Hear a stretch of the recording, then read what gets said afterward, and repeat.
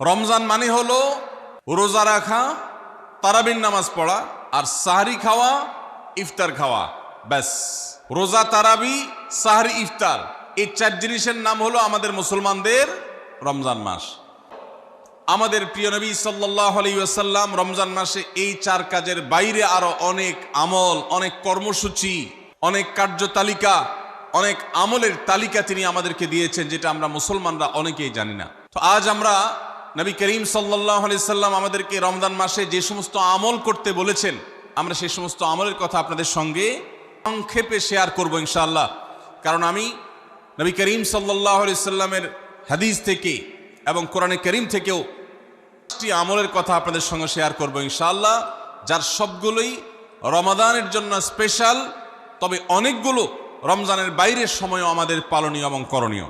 রমাদান কেন্দ্রিক যে সমস্ত আমল, যে সমস্ত করণীয় আমাদের আছে, তার মধ্যে প্রথম করণীয় হলো 29 তারিখে পশ্চিম আকাশে রমজানের চাঁদ তালাশ করা। এটা একটা আমল। কোন দিন চাঁদ তালাশ করবেন? শাবানের 29 তারিখ। এই বছর আমাদের দেশে শাবানের 29 তারিখ কবে হচ্ছে? রোজা কবে থেকে শুরু হচ্ছে? তাহলে 29শে শাবান সন্ধ্যায়, যেদিন থেকে রোজা হওয়ার সম্ভাবনা আছে, দিন সন্ধ্যায় মাগরিবের আগে পশ্চিম আকাশের দিকে চাঁদ অনুসন্ধান করার চেষ্টা করে তাকাবেন।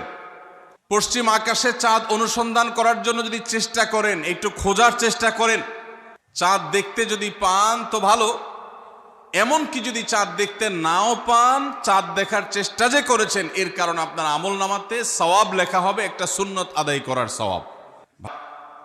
আমরা আমাদের ছেলেবেলায়, আমাদের শৈশবে রমজানের আনন্দ আঁচ করতাম পশ্চিম আকাশের চাঁদ দেখে।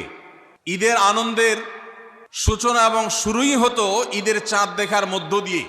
এমন একটা সময় আমরা এখন এসে পৌঁছেছি, যেই সময়ে সবাই চাঁদ তালাশ করে, সেটা আকাশে না, ফেসবুকে। ঠিক না বে ঠিক? চাঁদ কি ফেসবুকে উঠে না আকাশে উঠে? তাহলে সবাই যদি ফেসবুকে চাঁদ তালাশ করেন, আকাশে চাঁদ দেখবে কে? ও ইসলামী ফাউন্ডেশনের হেলাল কমিটি, চাঁদ দেখা কমিটির কিছু মানুষ, তাদের উপরে নির্ভর করে 18-20 কোটি মানুষ তারা ফেসবুকে তাকায় আস। এটা খুবই দুর্ভাগ্যজনক একটা বাস্তবতা। নবী করিম সাল্লাল্লাহু আলাইহি সাল্লামের হাদিসটা আমরা লক্ষ্য করি, তিনি বলেছেন, সুমু লিরুইয়াতিহি ওয়া আফতিরু লিরুইয়াতিহি। চাঁদ দেখে সিয়াম সাধনা করবে, চাঁদ দেখে রমাদান উদযাপন করবে, চাঁদ দেখে রমাদানের ইবাদত বন্দেগী করবে, আর চাঁদ দেখে তোমরা ঈদ উদযাপন করবে। চাঁদ দেখে তিনি আমাদেরকে রোজা রাখতে বলেছেন। অতএব চাঁদ দেখতে হবে কি হবে না?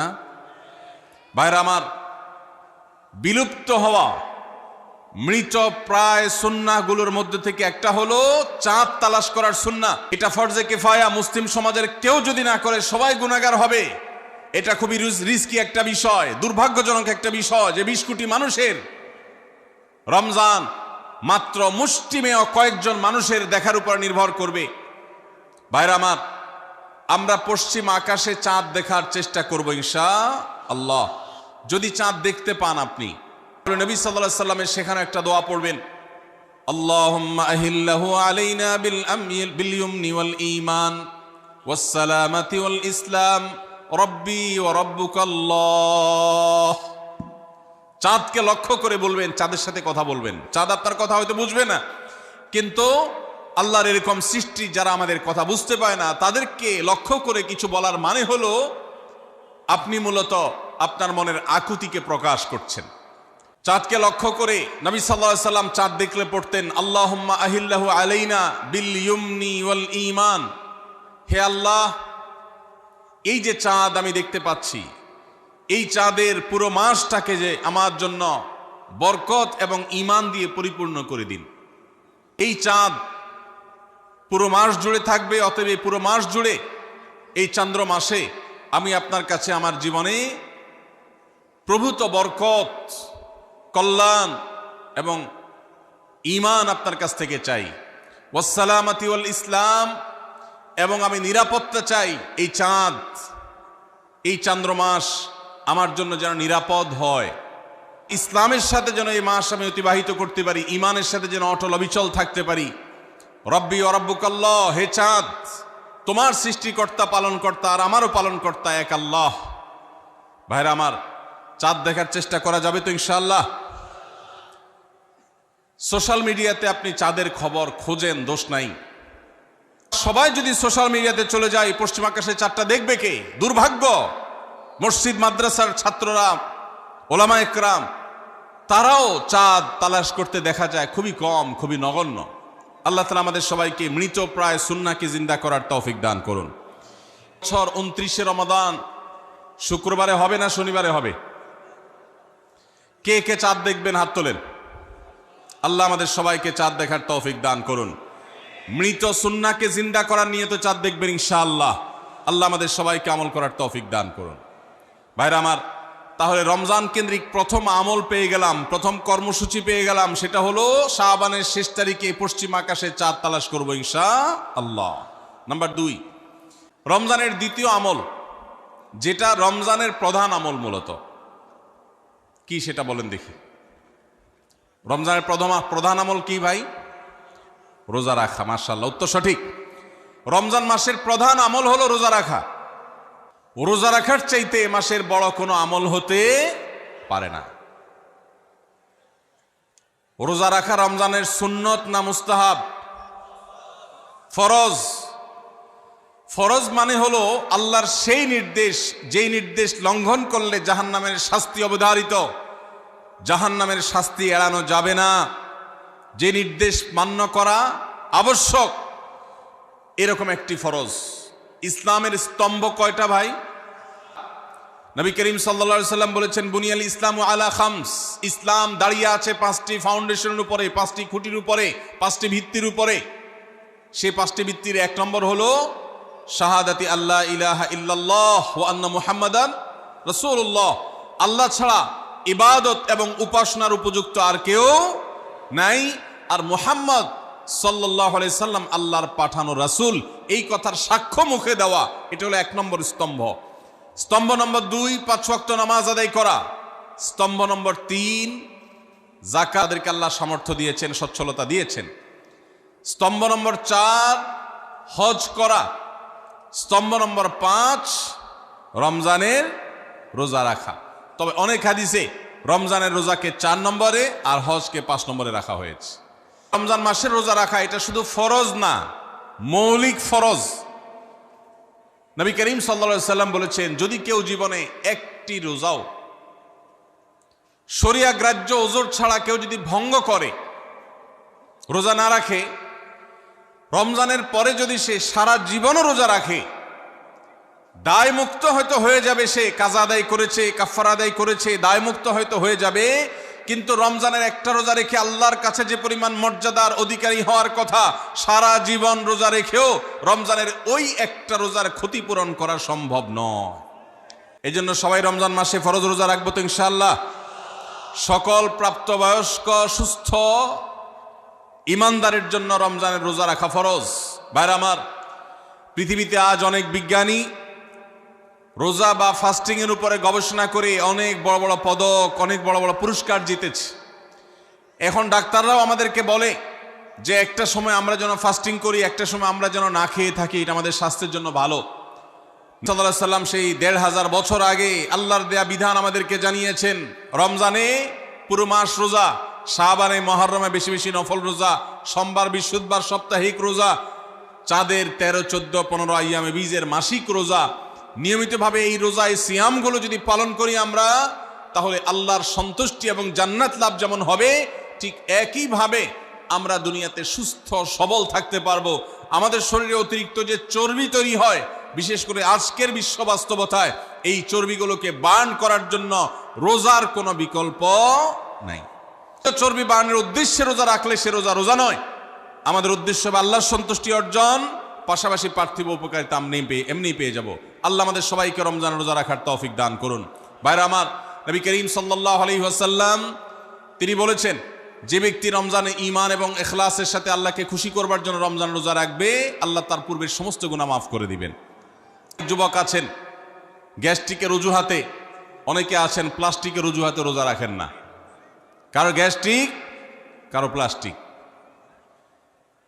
সামান্য একটু রোজা রাখতে যে যুবক পারে না, সে নিজেকে মুসলিম দাবি করে কোন মুখে? মাত্র 12-14 ঘন্টা যে না খেয়ে থাকার মতো চ্যালেঞ্জ নিতে পারে না, সে আবার কিসের মুসলমান দাবি করে নিজেকে? এই জন্য ভাইরা সবাই রোজা রাখবো তো ইনশাআল্লাহ। বাসা বাড়িতে বাচ্চাদেরকে কৈশোর বয়স থেকে তাদেরকে রোজা রাখতে শেখাবেন। সাহাবায়ে কেরাম আশুরার রোজা পর্যন্ত বাচ্চাদেরকে রাখাতেন এবং তাদেরকে খেলনা দিয়ে ভোলাতেন, রোজা রাখতে তাদের সাহায্য করতেন। আজ এমন এক প্রজন্ম আমরা গড়ে তুলছি, যেই প্রজন্ম শুধু ভোগ শিখেছে, ত্যাগ শিখে নাই। বাচ্চা কাচ্চাদেরকে দেখবেন মা বাপ বড় বড় মোবাইল, স্মার্টফোন তাদের হাতে তুলে দিচ্ছেন। তারা মুখ দিয়ে কোনো কথা বললেই সেটা নেওয়ার জন্য, কেনার জন্য বাপ মা অস্থির ব্যাকুল হয়ে যাচ্ছেন। তাদেরকে সংগ্রাম, ত্যাগ, চ্যালেঞ্জ নেওয়া, এগুলো তাদেরকে শেখাচ্ছেন না। মনে রাখবেন, ভোগ করতে কোনো যোগ্যতার দরকার হয় না, ত্যাগ করতে যোগ্যতার দরকার হয়। ভোগ করতে সবাই পারে, ত্যাগ করতে সবাই পারে না। সন্তানকে ভোগ নয়, ত্যাগ শেখাতে হবে। আল্লাহ আমাদেরকে তৌফিক দান করুন। আপনার বাচ্চা যদি রোজা রাখা শিখে, শখ করে রোজা রাখে, তাকে বাধা দিবেন না, তাকে রোজা রাখতে দিবেন। কারণ সে রোজা রাখার মধ্য দিয়ে গরিব অভাব মানুষের কষ্ট অনুভব করবে, ফিল করবে। সে রোজা রাখার মধ্য দিয়ে আল্লাহর নৈকট্যের ফিলিংস তার মধ্যে আসবে, ইসলামী সংস্কৃতিকে সে অনুভব করবে, আঁচ করবে। এই জন্য সন্তানকে কৈশোর বয়স থেকেই, কিশোর বয়স থেকেই তাকে রোজা রাখতে সাহায্য করবেন ইনশাআল্লাহ। ঠিক আছে না ভাই? প্রথম হয়তো রোজা অর্ধেক রাখবে, দুপুরে ভেঙে ফেলবে, এরপর না হয় বিকাল পর্যন্ত রাখবে, এরপর না হয় সন্ধ্যা পর্যন্ত রাখবে, কিন্তু অভ্যাস তাকে গড়ে তুলতে হবে। আল্লাহ আমাদেরকে তৌফিক দান করুন। ভাইরা আমার, তাহলে রমজানের প্রধান আমলে রোজা রাখা। এই রোজা ইচ্ছাকৃত শরিয়া গ্রাহ্য ওজর ছাড়া ভাঙা জায়েজ নাই, হারাম। যদি কেউ ভাঙে অথবা না রাখে সে ফাসিক। অতএব এই রোজার চর্চা আমাদের করতে হবে। আল্লাহ আমাদের সবাইকে তৌফিক দান করুন। তাহলে রমজান মাসে রোজা রাখা। 3 নম্বর আমল হলো রাতে তারাবির নামাজ আদায় করা। রাতে কি আদায় করা ভাই? তারাবির নামাজ আদায় করা কি ফরজ না নফল? ফরজ না সুন্নত? সুন্নত, সুন্নতে মুআক্কাদা। নবী করিম সাল্লাল্লাহু আলাইহি সাল্লাম বলেছেন, মান কামা রমাদানা ঈমানান ওয়া ইহতিসাবা গুফিরা লাহু মা তাকাদ্দামা মিন যামবি। যে ব্যক্তি রমজান মাসে রাতে দাঁড়িয়ে তারাবির নামাজ পড়বে, তার পূর্বের সমস্ত গুনাহ খাতা মাফ করে দেওয়া হবে। এই জন্য তারাবির নামাজ পড়বো তো ইনশাআল্লাহ। তারাবির নামাজ 4G গতিতে হবে না 5G গতিতে? কি বলেন? 4G না 5G? ভাইরা আমার, সব কিছুতে গতি ভালো না, সব কিছুতে গতি ভালো না। নেটের গতি যত বেশি হয় তত ভালো, কিন্তু নামাজের গতি, ইবাদত, সিজদার গতি, তারাবির গতি যত কম হয়, যত ধীরে ধীরে হয়, যত শান্তশিষ্টভাবে হয়, তত আল্লাহর কাছে বেশি মর্যাদাবান হয়। অতএব মহল্লার হাফেজ সাহেবদেরকে তাড়াতাড়ি নামাজ শেষ করার জন্য দৌড়ের উপর রাখবেন। ক্রিকেট খেলা আছে হুজুর, আজকে একটু খেয়াল রাখেন, বলবেন। ভাইরা আমার, আমরা তারাবির নামাজের কথা যখন স্মৃতিতে, কল্পনায় আমরা ভাবি, তখন আমাদের স্মৃতিতে তুফান মিল মার্কা একটা নামাজ ভেসে উঠে। ঠিক না বে ঠিক? 5 ওয়াক্ত নামাজ এত তাড়াহুড়া করা হয় না তারাবি যত। অথচ তারাবি এটা তারবিহার এর বহু বচন, আরবি শব্দ, যার অর্থ হলো আরামের সাথে, ধীরস্থিরতার সাথে, রেস্ট করে করে যে নামাজ আদায় করা হয় তার নাম তারাবি। নাম হলো আরামের সাথে করা, আর আমরা করি ব্যারামের সাথে, তাড়াহুড়ো করে। এই জন্য এলাকা এলাকা তারাবি ধীরে ধীরে পড়ার জন্য উদ্যোগ নেবেন তো ইনশাআল্লাহ। হাফেজ সাহেবদেরকে উদ্বুদ্ধ করবেন, ভাই হুলস্থুল করবেন না, কি পড়েন কিচ্ছু বুঝি না, এমন টান দেন শেষে যায় শুধু ইয়ালামুন তালামুন, আর এটা শুনে মনে করেন যে এখন স্টপ হয়েছে, এখন রুকুতে যাইতে হবে। এই নামাজ কি নামাজ? এটা তামাশা। ভাইরা আমার, স্পিডে তারাবি না পড়ে যদি একটু ধীরে তারাবি পড়া হয়, সর্বোচ্চ 15 থেকে 20 মিনিটের ডিফারেন্স হবে, এর বেশি না। মাত্র 15 মিনিটের জন্য আপনার পুরো নামাজকে আপনি বরবাদ করছেন। দেশের বেশিরভাগ মসজিদগুলোতে তুফান মিল মার্কা তারাবি পড়া হয়। এই তারাবি আল্লাহর কাছে কতটা গ্রহণযোগ্য হবে, এটা যথেষ্ট প্রশ্নবিদ্ধ বিষয়। আল্লাহ তাআলা আমাদের সবাইকে ধীরস্থিরতার সাথে খুব শান্তভাবে তারাবির নামাজ আদায় করার তৌফিক দান করুন। চেষ্টা করা যাবে না ইনশাআল্লাহ? ভাইরা আমার, আল্লাহ রাব্বুল আলামিন নামাজের ক্ষেত্রে হুলস্থুলতা পছন্দ করেন না। যার নামাজ যত বেশি সময় নিয়ে আদায় করেন তিনি আল্লাহর কাছে তত শ্রেষ্ঠ, তত ভালো নামাজি। আর যার নামাজে যত হুলস্থুল করা হয় তার নামাজের কোয়ালিটি, মর্যাদা আল্লাহর কাছে তত কম। অতএব আমরা রমজানের তৃতীয় আমল জানলাম তারাবির নামাজ, এবং সেটা ধীরস্থিরতার সাথে আদায় করবো। আল্লাহ আমাদের তৌফিক দান করুন। নাম্বার 4, সাহারি খাওয়া। সাহারি খাওয়া এটা রমজানের একটা আমল। আপনি সারা বছর লাঞ্চ করেন, ডিনার করেন, দুপুরের খানা খান, রাতের খানা খান, সকালে ব্রেকফাস্ট নাস্তা করেন, কিন্তু এর কোনোটা ইবাদত হয় না, এর কারণে আপনি সওয়াব পাবেন না। কিন্তু রমজান মাসে ভোর রাতে ঘুম থেকে উঠে যে আপনি খাবার খাবেন, এই খাবার খাওয়ার জন্য যে উঠলেন এবং খাইলেন, এর কারণে আপনার অ্যাকাউন্টে আপনার আমলনামা আল্লাহ তাআলা সওয়াব জমা করে দিবেন, রিওয়ার্ড পাবেন, বিনিময় পাবেন। কেন? কারণ নবী করিম সাল্লাল্লাহু আলাইহি সাল্লাম বলেছেন, তাসাহহারু ফাইন্না ফিস সাহুরি বারাকাহ। তোমরা সাহারির খাবার খাবে ভোর রাতে। রোজার মাসে রোজা রাখতে গিয়ে সাহারির খাবার খাবে। কেন? কারণ সাহারির যে খানা, এই খানাতে আল্লাহ তাআলা বরকত রেখেছেন। এই খানা খাইলে তার জন্য আমাদের স্পিরিচুয়াল, আধ্যাত্মিক বিভিন্ন রকমের উপকারিতা আল্লাহ তাআলা এর মধ্যে নিহিত রেখেছেন। এর মধ্যে খাদ্য শক্তি আছে, আমাদের এনার্জি হবে শরীরে, রোজা রাখতে সহজ হবে। এর পাশাপাশি সাহারির খাবারে আলাদা একটা বরকত আছে, শেফা, বহুবিধ উপকারিতা আমাদের শরীরের, আমাদের মনের জন্য আল্লাহ তাআলা রেখেছেন। এই জন্য সাহারি খাওয়াটা আলাদা একটা ইবাদত। যদি আপনার সন্ধ্যা রাত্রে বেশি খাওয়া হয়ে যায়, সাহারিতে খানা খাওয়ার মতো মুড না থাকে, অন্তত এক ঢোক পানি, একটা খেজুর, সামান্য কিছু খেয়ে হলেও আপনি সাহারি খাবেন এবং তাতে সওয়াব পাবেন। কোনো কারণে যদি সাহারি খেতে না পারেন, রাতে উঠতে পারেন নাই, অ্যালার্ম বাজছে কিন্তু শুনেন নাই, উঠে দেখেন ফজরের আজান হয়ে গেছে, তাহলে ওই দিনের রোজা কি হবে নাকি হবে না? হবে। মাশাআল্লাহ, বগুড়া মানুষ মাসালা জানে, দেখা যায় রোজা হয়ে যাবে ইনশাআল্লাহ। কারণ এই সাহারি খাওয়াটা ফরজও না, ওয়াজিবও না, এটা সুন্নাত। সুন্নাত ছুটে গেলে ইবাদত হয় না, ব্যাপারটা সেরকম না। 5 নম্বর আমল হলো, সাহারি তো খাবো ঠিক আছে, কিন্তু সেটা শেষ সময়ে খাওয়া, দেরিতে খাওয়া। সাহারি কি আগে খাবেন না শেষের দিকে খাবেন? শেষের দিকে। কেন? কারণ নবী করিম সাল্লাল্লাহু আলাইহি সাল্লাম বলেছেন, লা ইয়াজালুন নাসু বিখাইরিন মা আজ্জালুল ফুতুর ওয়া আখারুস সাহুর। এই উম্মত, মুসলিম জাতি ততদিন পর্যন্ত কল্যাণের উপর প্রতিষ্ঠিত থাকবে, তারা কল্যাণকে স্পর্শ করতে পারবে যতদিন পর্যন্ত তারা সাহারি তাড়াতাড়ি খাবে, না দেরিতে খাবে? দেরিতে খাবে। আর ইফতার তাড়াতাড়ি করবে। তাহলে সাহারি দেরিতে খাওয়া হলো সুন্নত। আমাদের দেশে গ্রামে অনেক মুরব্বীরা এখনো আছেন, রাত 12টা, 1টা, 2টা বাজে সাহারি খেয়ে শুয়ে থাকেন। তারা চিন্তা করেন পরে খাইতে গেলে আবার বর্ডার ক্রস হয়ে যায় কিনা, সীমা লঙ্ঘন হয়ে যায় কিনা, রিস্ক নেওয়ার দরকার কি, এই জন্য 12টার সময় খেয়ে রাখি। তার কারণে সাহারি খাওয়ার সওয়াব পাবেন ঠিকই, কিন্তু দেরিতে সাহারি খাওয়ার যে সুন্নত, সেই সুন্নত আদায় হবে না। এই জন্য দেরিতে খাবেন। দেরিতে খাওয়ার মানে আবার এরকম দেরি না যে আপনি আর মুয়াজ্জিন সাহেব দুজন কম্পিটিশন করছেন, আপনার হাতে খাবারের প্লেট আর মুয়াজ্জিনের হাতে মাইক, আপনি আগে শেষ করেন আর মুয়াজ্জিন আগে আজান দিবে, কম্পিটিশন চলছে। এত দেরি করে একেবারে লাস্ট মিনিট পর্যন্ত খাওয়া সুন্নত নয়। বুঝতে পারছি? কয়েক মিনিটের গ্যাপ রেখে তারপরে খাবার শেষ করবেন। কারণ নবী করিম সাল্লাল্লাহু আলাইহি সাল্লাম সাহারি খেয়ে শেষ করে ফজর নামাজ শুরু করতেন, এর মধ্যে 50টা আয়াত পড়ার মতো গ্যাপ রাখতেন, অর্থাৎ প্রায় 10 মিনিটের মতো একটা গ্যাপ থাকতো। এই জন্য আমরা একটা গ্যাপ রেখে তারপর সাহারি শেষ করব। অর্থাৎ ফজরের আজান যদি হয় উদাহরণস্বরূপ 5টা 25-এ বা 30-এ, তাহলে আমরা 2-4 মিনিট আগে সাহারি খেয়ে শেষ করবো ইনশাআল্লাহ। তাহলে সাহারি দেরি করে খাওয়া, শেষের দিকে খাওয়াটা সুন্নত। আল্লাহ আমাদেরকে আমল করার তৌফিক দান করুন। রমজান মাসে সাহারির নামে একটা নতুন নাটক শুরু হয়েছে এদেশে, সেটার নাম হলো সাহারি পার্টি। আপনারা শুনেছেন? বিশেষ করে শহরের ছেলেফেলেরা, ইউ পোলাপান, তারা আজকাল ভোর রাতে বন্ধু বান্ধব সহ রেস্টুরেন্টে গিয়া সাহারি পার্টির আড্ডা বাইর করছে। শয়তানি এবং ফাইজলামির আর কোনো জায়গা নাই, সাহারির জন্য পার্টি বাইর করছে, তাও আবার ছেলে মেয়ে একসাথে মিলেমিশে।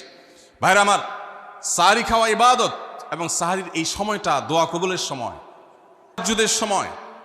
আল্লাহ তাআলা দুনিয়ার আকাশ থেকে ডেকে ডেকে বান্দাকে ক্ষমা করেন। এই সময়টাতে আড্ডাবাজি করা, এটা হতভাগা ছাড়া আর কারোর কোনো কাজ হতে পারে না। এরপরে 6 নম্বর আমল হলো ইফতার করা। রোজা রেখেছেন কিন্তু ইফতার করেন নাই, রোজা হয়ে যাবে কিন্তু সুন্নাত আদায় হবে না, এজন্য ইফতার করা একটা সুন্নাত। আল্লাহ তাআলা আরহামুর রাহিমিন, এমন একটা মাস রমজান মাস, সারা বছর কিন্তু আমরা নাস্তা করি, সারা বছর যেটা নাস্তা করি রমজানে সে নাস্তাই করি, পার্থক্য হলো সারা বছর নাস্তা করি সকালে, রমজানে নাস্তা করি সন্ধ্যায়। মানুষ দীর্ঘ সময় না খেয়ে থাকার পরে যে খাবার খায় সেটাকেই ব্রেকফাস্ট বলে, সেটাকেই নাস্তা বলে। আরবিতে যে ইফতার বলা হয়, এই ইফতার শব্দের অর্থ কিন্তু নাস্তা। ইফতার শব্দের অর্থ কি? নাস্তা। সারা বছর নাস্তা খেলে কোনো সওয়াব হবে, কিন্তু রমজান মাসে আপনি যদি সারাদিন উপবাস থাকার পর সন্ধ্যায় ব্রেকফাস্ট করেন অর্থাৎ ইফতার করেন, তাহলে আল্লাহ তাআলা আপনাকে সুন্নাত পালন করার সওয়াব দিবেন। এই জন্য ভাই ইফতার করা একটা সুন্নাত। 7 নম্বর, ইফতার আবার তাড়াতাড়ি করা আরেকটা সুন্নাত। এটা 7 নম্বর আমল, ইফতারটা একটু তাড়াতাড়ি করা।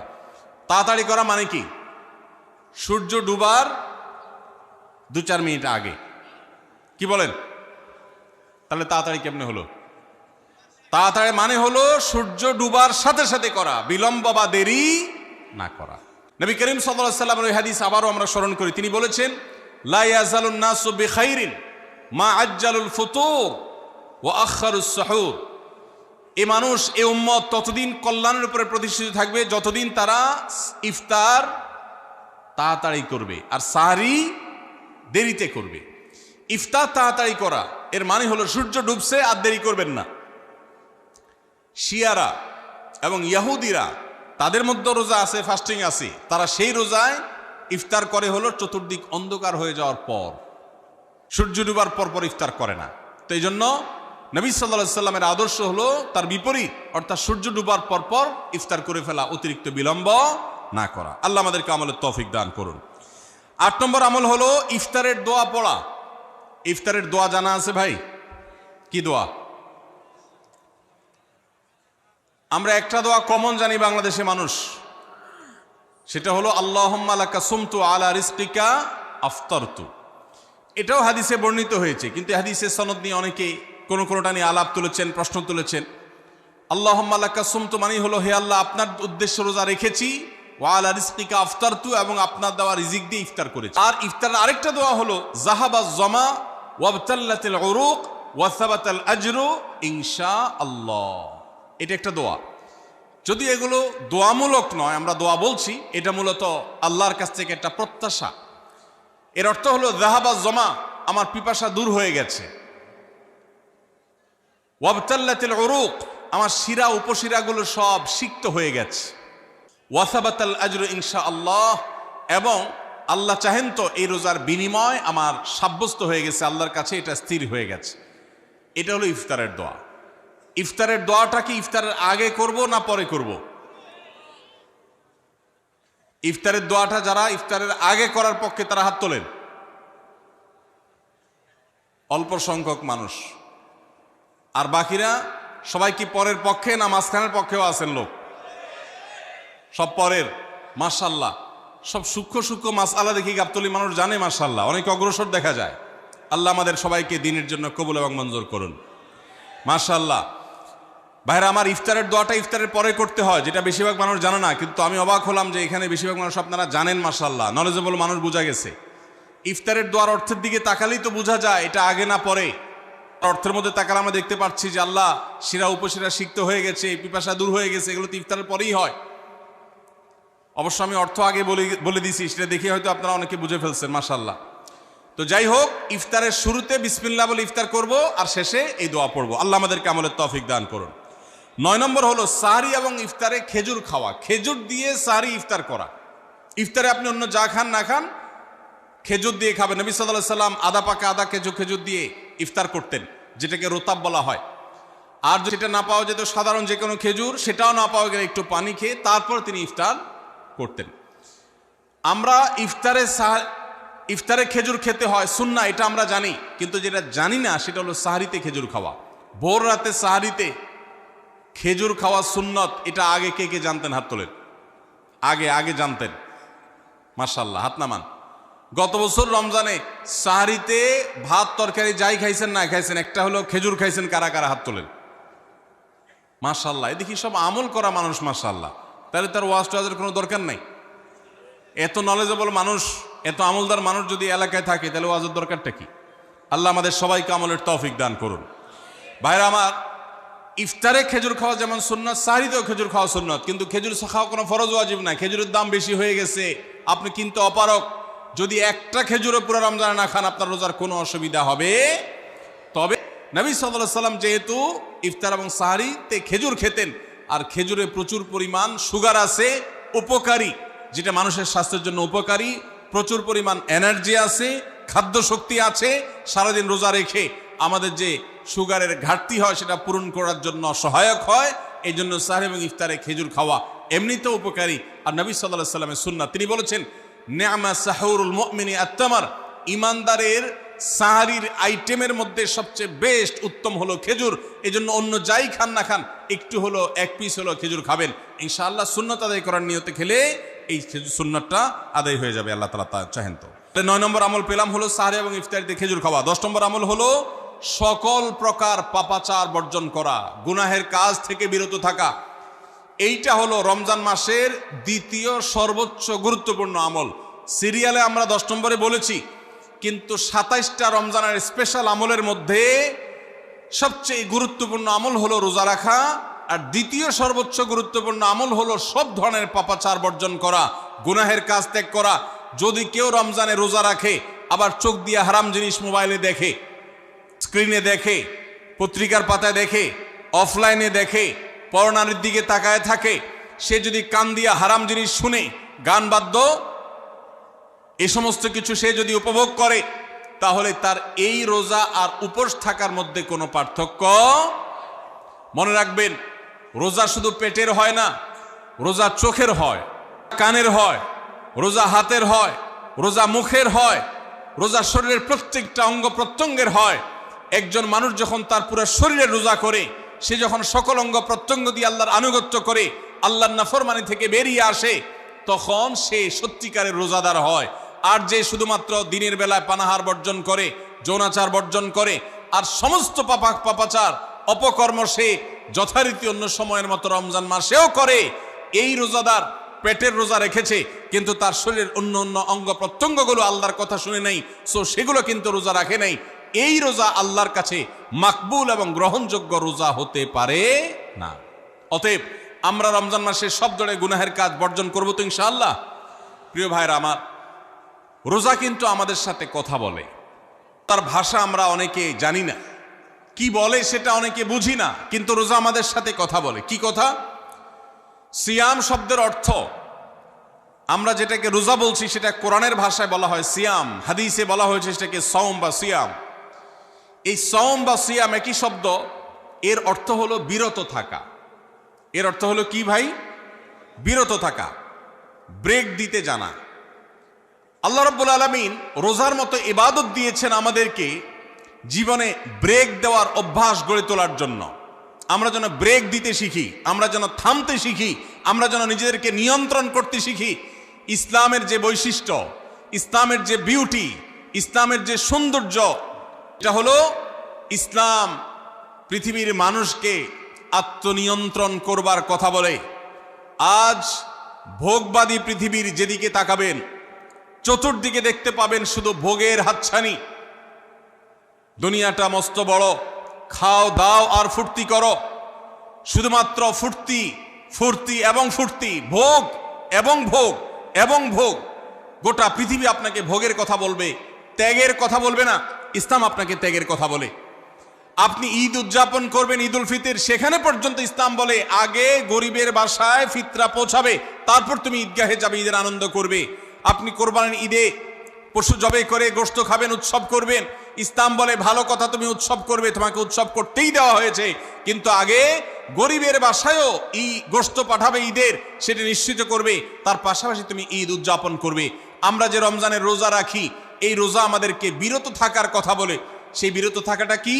সেটা হলো আমরা যখন রোজা রাখি আমাদের পিপাসা হয়, আমাদের ক্ষুধা লাগে, পিপাসা হয়, আবার হাতের সামনে হয়তো পানিও আছে, আমার ক্ষুধা লাগে, হাতের সামনে হয়তো খাবারও আছে, কেউ দেখছেও না, সিসি ক্যামেরাও নেই, বদ্ধ রুমে কক্ষের মধ্যে, কিন্তু আমি রোজাদার। কোন রোজাদার রোজার মধ্যে খায়, পান করে? কেন? কারণ সে জানে আল্লাহ নিষেধ করেছেন। আমরা যখন ইফতার সামনে নিয়ে বসে থাকি সন্ধ্যাবেলায়, ভাইরা আমার, সারা বছর নাস্তা তো আল্লাহ তাআলা কম হোক বেশি হোক সবাইকে করার তৌফিক দেন, আমরা সবাই তো কম বেশি নাস্তা করি। সারা বছর আপনি যদি বুফে গিয়ে 100 আইটেমের নাস্তা দিয়েও আপনি খাবার গ্রহণ করেন, সকালের ব্রেকফাস্ট আপনি খান, সময় মাত্র 2-4টা আইটেম নিয়ে বসে থেকে আজানের জন্য, সূর্য ডুবার জন্য যে অপেক্ষা করেন, ওই অপেক্ষার সময় যে অবর্ণনীয় স্বাদ আর তৃপ্তি পাওয়া যায়, পৃথিবীর সমস্ত খাদ্য গ্রহণের মধ্যেও এই তৃপ্তি বা স্বাদ নাই। নবী সাল্লাল্লাহু আলাইহি ওয়াসাল্লাম সেজন্য বলেছেন, লিসসাইমি ফারহাতান, রোজাদার ব্যক্তিকে দুটি আনন্দ দেওয়া হয়, ফারহাতুন ইনদা ফিতরি ওয়া ফারহাতুন ইনদা লিকাই রাব্বি। একটা আনন্দ হলো ইফতারের সময়, অবর্ণনীয়, ভাষায় প্রকাশ করবার অযোগ্য। কি ভালো লাগা কাজ করে ইফতারের জন্য আমরা বসে আছি, খাবার সামনে আছে, রকমারি শীতল শরবত সামনে আছে, রকমারি খাবারের পসরা সাজানো আছে টেবিলে, দস্তরখানে, এদিকে পেটে ক্ষুধাও আছে, কিন্তু আমরা মিনিট গুনছি, আমরা সময় দেখছি, ঘড়ির দিকে তাকিয়ে আছি, সূর্য কখন ডুববে। সূর্য ডুবেছে আর সাথে সাথে আমরা ইফতার করছি। এই যে আল্লাহর নির্দেশের অপেক্ষা, ইসলাম রোজার মাধ্যমে আমাদেরকে সেই শিক্ষাটা দিতে চায়। রোজা আমাদের সাথে সেই কথা বলে যে দেখো, তুমি জীবনে বিরত থাকতে শিখো, গোটা পৃথিবী তোমাকে ভোগ শিখাবে, ইসলাম তোমাকে ত্যাগ শিখাবে, ইসলাম তোমাকে কন্ট্রোল করা শিখাবে। আমাদের তরুণদের চরিত্রকে নষ্ট করবার জন্য, তাদেরকে নানাভাবে উস্কানি দেওয়ার জন্য, বিনোদনের নামে, নিউজের নামে, বিজ্ঞাপনের নামে, বিভিন্ন নামে অশ্লীল নানা দৃশ্য, খোলামেলা দৃশ্য তাদের সামনে দেখানো হয়, ভোগের আহ্বান করা হয়। ইসলাম বলে, হে মুসলিম তরুণ, তোমার চোখের এরিয়ার মধ্যে কোনো পরনারী, কোনো সুন্দরী নারী পড়ে গেছে, তুমি আঁচ করতে পেরেছ, সাথে সাথে তোমার দৃষ্টিকে তুমি নিয়ন্ত্রণ করো, অবনত করো। কুল্লিল মুমিনিনা ইয়াগুদ্দু মিন আবসারিহিম ওয়া ইয়াহফাযু ফুরুজাহুম। আল্লাহ বলেছেন, হে রাসূল বলে দিন ইমানদার পুরুষদেরকে, তারা যেন তাদের চোখগুলোকে নামিয়ে রাখে, তাদের সম্ভ্রমকে তারা সংরক্ষণ করে। মনে রাখবেন, যা খুশি তা করতে পারা এটা যোগ্যতা নয়। নিজেকে নিয়ন্ত্রণ করলাম, যা খুশি তা করব না, এর নাম হলো যোগ্যতা। ডায়রিয়ার রোগী ডাইরেক্ট হয়ে যায়, যা খুশি যে করে, নিজের মন যেদিকে তাকে নাচায় সেদিকে নাচে, এই লোকটা অসুস্থ মানুষের মতো। আর মুসলিম যুবক, মুসলমান মানুষ, নারী পুরুষ, সে নিজেকে নিয়ন্ত্রণ করে। আল্লাহ এটা হারাম করেছেন, আমার মন চায়, চাইলেই আমি সেটা নিতে পারি, কিন্তু আমি নেব না। আমি একটা জিনিস ধরতে পারি, আল্লাহ হারাম করেছেন, সেজন্য আমি ধরবো না। এই শিক্ষাটা রমজান আমাদেরকে দেয়। অতএব রমজানের সবচেয়ে গুরুত্বপূর্ণ আমল হলো এই 10 নম্বর আমল, সেটা হলো পাপাচার বর্জন করা। নবী সাল্লাল্লাহু আলাইহি সাল্লাম বলেছেন, যে ব্যক্তি রমজানে রোজা রাখলো আর পাপাচার বর্জন করলো না, তাহলে এই রোজা রাখার উপোস থাকার ভিতরে কোনো পার্থক্য নাই। আল্লাহ আমাদের সবাইকে রমজান মাসে রোজা থেকে সকল হারাম, সকল নাজায়েজ কাজ, সকল গুনাহের কাজ ছাড়ার তৌফিক দান করুন, বলুন আমিন। ভাইরা আমার, 11 নম্বর আমল হলো অধিক পরিমাণ দোয়া করা। রমজান মাসে রোজা রেখে আমরা বেশি বেশি দোয়া করব। চলতে ফিরতে উঠতে বসতে দোয়া করতে পারেন। আমাদের মায়েরা অনেকে শুনছেন আমাকে, রমজান মাসে আপনি গৃহস্থলী কাজ করছেন, রান্নাবাড়া করছেন, ঘর ঝাড়ু দিচ্ছেন, আর মনে মনে আল্লাহর সাথে কথা বলেন। দোয়া মানে আল্লাহর সাথে কথোপকথন। আল্লাহ, আপনি আমাকে মাফ করে দেন, আমার বাবাকে মাকে মাফ করে দেন, সন্তানগুলোকে হেদায়েত দান করেন, চোখের পানি ফেলেন। নিয়মতান্ত্রিক দোয়া, বসে বসে হাত তুলে দোয়া করবেন কেবলামুখী হয়ে, আবার চলতে ফিরতে উঠতে বসতে, এমনকি ওযু নাই সে অবস্থায় দোয়া করবেন। নবী সাল্লাল্লাহু আলাইহি সাল্লাম বলেছেন, 3 ব্যক্তির দোয়া ফিরিয়ে দেওয়া হয় না। কয় ব্যক্তির দোয়া? সালাসুন লা তুরাদ্দু দাওয়াতুহুম, 3 শ্রেণী মানুষের দোয়া ফিরিয়ে দেওয়া হয় না। এর ভিতরে এক শ্রেণী হলেন মাজলুম, কারোর জুলুমের শিকার হয়েছে ব্যক্তি। জালেমের বিরুদ্ধে যে তার মনের আকুতি থাকে, বদদোয়া থাকে, আল্লাহ সুবহানাহু ওয়া তাআলা এটা ফিরিয়ে দেন না। এই জন্য পৃথিবীর ইতিহাসের কোন জালিম আপনি দেখাতে পারবেন না যেই জালিমকে আল্লাহ ছেড়ে দিয়েছেন, আল্লাহ ছাড় দিয়েছেন কিন্তু চূড়ান্তভাবে ছেড়ে দিয়েছেন, এমন কোন জালিম আপনি দেখাতে পারবেন না। এই জন্য ভাই, কখনো কোন অবস্থাতে কারো প্রতি আমরা জুলুম করব না। আল্লাহ আমাদেরকে সেটা মানার তৌফিক দান করুন। তাহলে 3 ব্যক্তির দোয়া কবুল হয়, ফেরত দেওয়া হয় না। তার ভিতরে একজন হলো মাজলুম, যার প্রতি আপনি জুলুম করেছেন, সে আপনার বিরুদ্ধে যে বদদোয়া করে, এটা লাগবেই লাগবে, আজ হোক আর 2 দিন পরে হোক। নাম্বার 2, মুসাফির, যে ব্যক্তি সফরে আছে, সফররত অবস্থায় সে যদি দোয়া করে, সে দোয়া আল্লাহ তাআলা কবুল করেন। 3 নম্বর হলো রোজাদার ব্যক্তি, আস-সাইম হাত্তা ইফতির, রোজাদার ব্যক্তি সারাদিন ভর রোজা করলে ইফতার রাগ পর্যন্ত, সারাদিন দোয়া করলে ইফতার রাগ পর্যন্ত তার দোয়া কবুল হয়। এই জন্য রোজা রেখে আমরা বেশি বেশি আল্লাহর কাছে দোয়া করবো ইনশাআল্লাহ। চলতে ফিরতে উঠতে বসতে মনে মনে আল্লাহর সাথে কথা বললেন, চাওয়া দাওয়াকে পেশ করলেন, বাস এটাই হলো দোয়া। এটা হলো আমাদের রমজান মাসের 11 নম্বর আমল, বেশি বেশি দোয়া করা। 12 নম্বর আমল হলো মিথ্যা এবং কাজ পরিহার করা। রমজানের সকল পাপাচার তো পরিহার করবই, বিশেষভাবে মিথ্যা কথা, মিথ্যা কাজ পরিহার করা। কারণ নবীজি সাল্লাল্লাহু আলাইহি ওয়াসাল্লাম এর জন্য আলাদা নির্দেশ করেছেন। তিনি বলেছেন, মাল্লাম ইয়াদা কাওলা যুরি ওয়াল আমালা বিহি ফালাইসা লিল্লাহি হাজা আন ইয়াদা তাআমাহু ওয়া শারাবা। যে ব্যক্তি রমজানের রোজা রেখে মিথ্যা কথা, মিথ্যা কাজ ছাড়লো না, তার উপোস থাকায় আল্লাহর কোনো ঠেকা পড়ে নাই। 13 নম্বর আমল হলো অশ্লীলতা এবং বিবাদ, বিতণ্ডা, ঝগড়া এগুলো পরিহার করা। কারণ নবী করিম সাল্লাল্লাহু আলাইহি ওয়াসাল্লাম তিনি আমাদেরকে রমজান মাসে রোজা রেখে অশ্লীলতা পরিহার করতে বলেছেন। মোবাইলে হারাম জিনিস দেখলেন, টেলিভিশনে হারাম জিনিস দেখলেন, বা কোনো পত্রপত্রিকাতে খারাপ জিনিস, নিষিদ্ধ জিনিস দেখলেন, পরনারীর সৌন্দর্য দেখে আপনি হারাম স্বাদ নেয়ার চেষ্টা করলেন, তাহলে আপনার রোজার অঙ্গহানি হলো, রোজা প্রাণহানি হলো। এই রোজা নয়। এই জন্য এটাকে রমজান মাসে পরিহার করতে হবে, অন্য সময় তো বটেই। এবং সেই সাথে কেউ যদি আপনার সাথে ঝগড়া করতে আসে, নবীজি শিখাই দিয়েছেন, ফালিয়াকুল ইন্নী সায়েম, কেউ রোজা রাখা অবস্থায় ঝগড়া করতে আসলে বলবেন, ভাই আমি রোজাদার, আমি তোমার ঝগড়ার জবাব দিতে পারবো না। তাহলে ঝগড়া পরিহার করার জন্য রমজান মাসে আমরা এক্সারসাইজ করবো। 14 নম্বর, যে কোনো ভালো কাজ, যে কোনো নেকামল রমজান মাসে বেশি বেশি করবেন। কেন? কারণ রমজানের শুরুতে একজন ঘোষক বলে, ইয়া বাগিয়াল খাইরি আকবিল, হে ভালো কাজ প্রত্যাশী, যে ভালো কাজ করতে চাও, রমজান মাসটাই হলো ভালো কাজের সওয়াব বেশি পাওয়ার। অতএব এই মাসে ভালো কাজ করে, নেকামল করে, ইবাদত করে, কোরআন তেলাওয়াত, জিকির, আজকার যত রকম আছে এগুলো করে জান্নাতের পথে অগ্রসর হয়ে যাও। 16 নম্বর আমল হলো রোজাদারকে ইফতার করানো, অর্থাৎ নিজে ইফতার করার পাশাপাশি অন্য কোন রোজাদারকে ইফতার করাইলে আল্লাহ তাআলা ওই রোজাদার যে পরিমাণ সওয়াব পাবেন, আপনাকেও সেই পরিমাণ সওয়াব দিবেন ইনশাআল্লাহ। 17 নম্বর আমল হলো বেশি বেশি কোরআনে কারীমের তেলাওয়াত করা। রমজান মাসে আল্লাহ তাআলা আমাদের সবাইকে, 15 নম্বর বাদ গেছে, মাশাআল্লাহ, এত মনোযোগ সহকারে কথা বলছে এবং নোট করছে দেখা যাচ্ছে। তাহলে আমরা আবার পেছনে যাচ্ছি ইনশাআল্লাহ। 15 নম্বর আমল হলো বেশি বেশি ইস্তেগফার করা। বেশি বেশি কি করা? ইস্তেগফার করা, অর্থাৎ ক্ষমা প্রার্থনা করা। কেন ক্ষমা প্রার্থনা বেশি করবেন? কারণ নবী করিম সাল্লাল্লাহু আলাইহি সাল্লাম বলেছেন, ওয়ালিল্লাহি উতাকাউ মিনান নার ওয়া যালিকা ফি কুল্লি লাইলা। রমজানের প্রত্যেক রাতে আল্লাহ তাআলা বহু মানুষকে জাহান্নাম থেকে মুক্ত ঘোষণা করেন। ভাইরা আমার, আমাদের পাপাচারের কারণে জাহান্নামীদের তালিকা নাম উঠে থাকলেও রমজানে আল্লাহ বহু মানুষকে ঠিক দেন যে এই লোককে জান্নাতি ঘোষণা করা হলো, জাহান্নাম থেকে মুক্ত ঘোষণা করা হলো। এই জন্য এই মাসে আল্লাহর কাছে বেশি বেশি মাফ চাইতে হয়, ইস্তেগফার করতে হয়, চোখের পানি ফেলে দোয়া করতে হয় যে আল্লাহ আপনি মাগফিরাত নসিব করেন। এটা হলো 15 নম্বর আমল। 16 নম্বর আমল হলো রোজাদারকে ইফতার করানো। নিজে ইফতার করবেন, পাশাপাশি রোজাদার ব্যক্তিকেও ইফতার করাবেন। নবী সাল্লাল্লাহু আলাইহি সাল্লাম বলেছেন, যদি কোনো ব্যক্তি কোনো রোজাদারকে ইফতার করায়, তাহলে যেই ব্যক্তি তাকে ইফতার করানেন তার রোজার সওয়াব তো সে পাবেই, আপনি ইফতার করায়া সমপরিমাণ সওয়াব লাভ করবেন ইনশাআল্লাহ। অতএব মসজিদে ইফতার দেওয়ার ব্যবস্থা করা যেতে পারে, রাস্তাঘাটে, বিশেষ করে পাবলিক পরিবহনে, এমনকি প্রাইভেট গাড়িতেও সন্ধ্যার সময়, ইফতারের সময় অনেক সময় খাবার থাকে না, তখন আপনি রাস্তায় দাঁড়িয়ে যদি সামান্য একটু খেজুর, সামান্য একটু পানি বিতরণ করতে পারেন, তাইলে সওয়াবটা পাওয়া যেতে পারে। আপনার বাসার আশেপাশে অনেক অভাবী মানুষ আছে,